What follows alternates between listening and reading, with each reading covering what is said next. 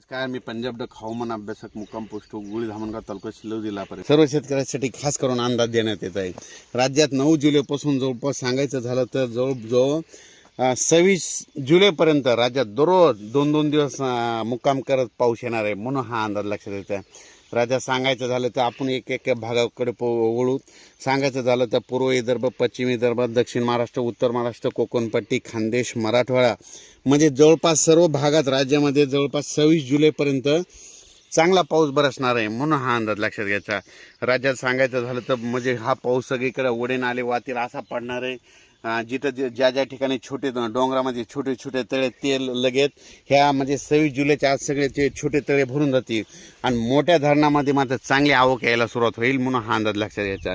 परत एक सांगू इच्छितो की राज्यामध्ये मागे तुम्हाला एक सांगितलं होतं की एका अंदाजामध्ये सांगितलं होतं की राज्यामध्ये यापुढे पाऊस कधीच कोणाला विचारत नाही। 10 जुलै ते 15 जुलै ही तारीख कॅलेंडरमध्ये अशी गोल करून ठेवत जा। दरवर्षी